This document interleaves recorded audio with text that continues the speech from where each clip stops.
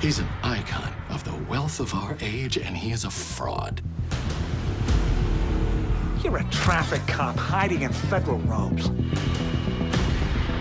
It's my job to put him in jail. When did it become a crime to succeed in this country? Walk away. I should. But then again, what's the point of having fuck you money if you never say fuck you?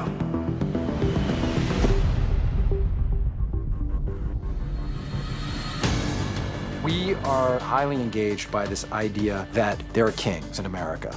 Billions is set in the world of high finance and federal prosecution. Through our research, we found that it was a super intense dislike from these two sides. It's like a tribal thing. It's a crusty other guy business. It's like Highlander. There can be only one. You go out with a group of U.S. attorneys, and they talk about all hedge fund people the way FBI guys would talk about the mob. I want to put him on the rack and stretch him. And you go out with the hedge fund people, they'll talk about the U.S. attorneys like crooked cops. And they really believe it. I don't get on bended knee and pledge fealty to the king. Bobby Axelrod is a prominent, quite well-loved, but suspiciously rich hedge fund manager. I've outperformed the S&P by 38.7% over the past 15 years. Axe is not Ivy League, more blue-collar roots, and damn proud of the money he's made. It's very much why he and his wife are such a partnership. He really started something. She wasn't born into money, and now they are this massively powerful couple. But there is deep suspicion this man can't possibly be getting the returns that he gets without some kind of information that he probably shouldn't have. You throw the whole system off balance because you infect the entire world. Chuck Rhodes is the U.S. Attorney for the Southern District of New York. He's this very dogged sheriff going after the out-of-control hedge fund guys. The big kahuna of them is Bobby Axelrod. Bobby Axelrod is Mike Tyson in his prime.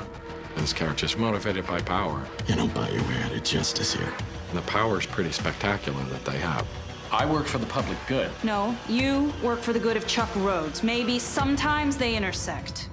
Wendy Rhodes is the in-house performance coach at Axe Capital. What'd you take down last year? 7.2 million. 7.2 million. Feel that. But she is also married to the U.S. Attorney. I really can't stand you being there, you know?